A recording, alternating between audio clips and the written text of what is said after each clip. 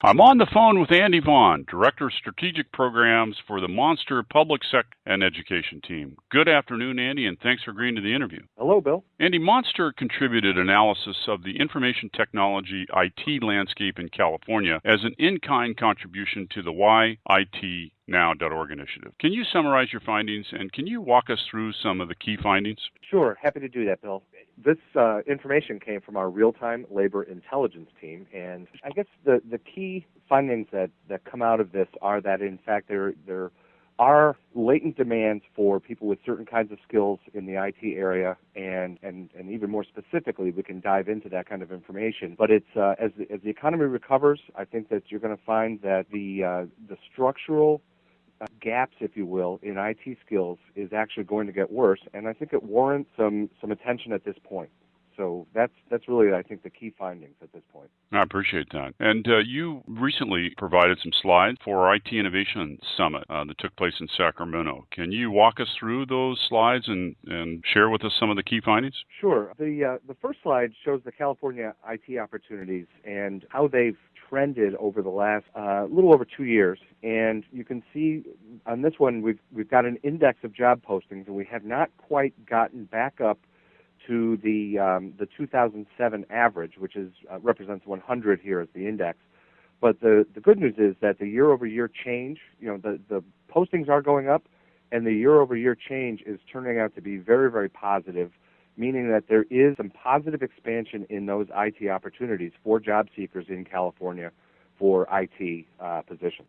Oh, terrific news. The next slide, popular occupations. When people create an account in Monster.com, basically it asks them what kind of job occupation are you interested in. And from our data for California-based IT professionals, what this slide shows is by percentage which of those different types of opportunities in general that they're most interested in. You can see the largest is software engineers, followed by systems analysts and IS managers. And basically these 8 different titles represent 92% of all the professionals. So this is basically a very high-level view of the types of jobs that people are most interested in. If we go to the next slide, this is more granular information about the specific types of titles that people are interested in or that they have. So this represents California IT job titles among the seekers, so that you can see software engineer is, again, number one here, but it goes all the way down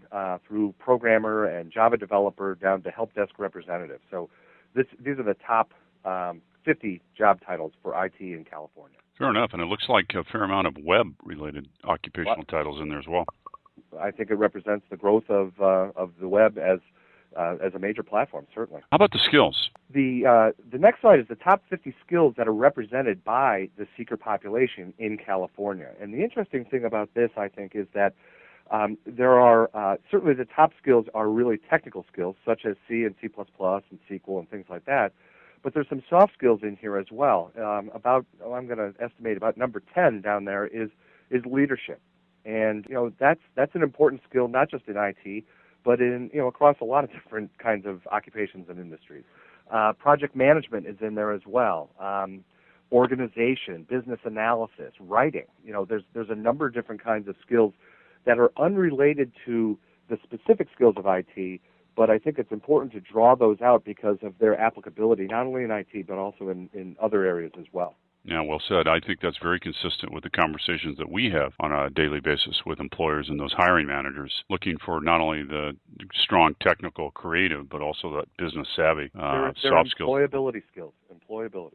Absolutely. How about the supply and demand in California? Well, this is a heat map that shows the relative ratio of resumes per job posting in different counties across California. So the darker areas show where there is a high ratio of resumes per job posting. So you could say that those represent somewhat of a talent surplus, where it's a little bit tougher to find a job in the IT area. In the lighter colored one, that's really where it's a little bit more competitive, a little bit more, the ratio is lower, so that seekers have a better shot at finding that correct position for themselves. Now, where it's very light, some of those places clearly represent pretty low density of population and correspondingly lower density of jobs. But this tells a story, but it doesn't tell the complete story. It shows the relative ratios. Yeah, fair enough. I appreciate that, including the fact that many IT professionals are retiring in California. Well, and we have some additional information about that in a subsequent slide. Next is California IT.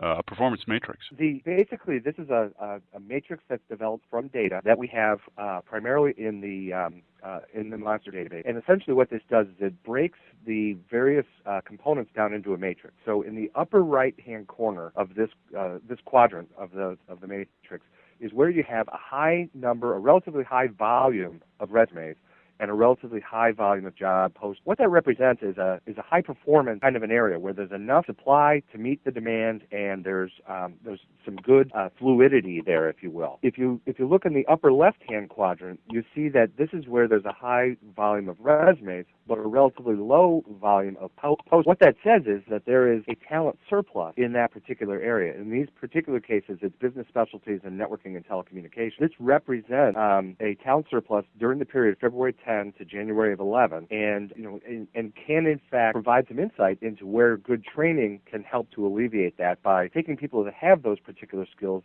and perhaps training them to do jobs that are a little bit more in demand. The interesting thing here is the quadrant that represents a talent deficit, meaning areas where there are jobs that are in demand, but there are not enough people with skills to fill it. This particular graph shows that there are not really a lot of areas in that particular area in California that meet those criteria. Now, that doesn't tell the whole story either, because there are, in fact, other slides that we're going to look at here in a second that will show that, in fact, there are some talent deficits, particularly related to high skill and high-paying jobs. Interesting. Okay. Work and education experience. The most important thing that this shows me, I think, is that if you look at the histogram in the middle, there's a lot of people that have 7 to 10 or more years of experience. In fact, 87% of candidates are in their mid-career or further along. That indicates to me that there is a fairly large percentage of IT-skilled workers that will eventually, and fairly soon, relatively soon, be eligible for and probably taking retirement.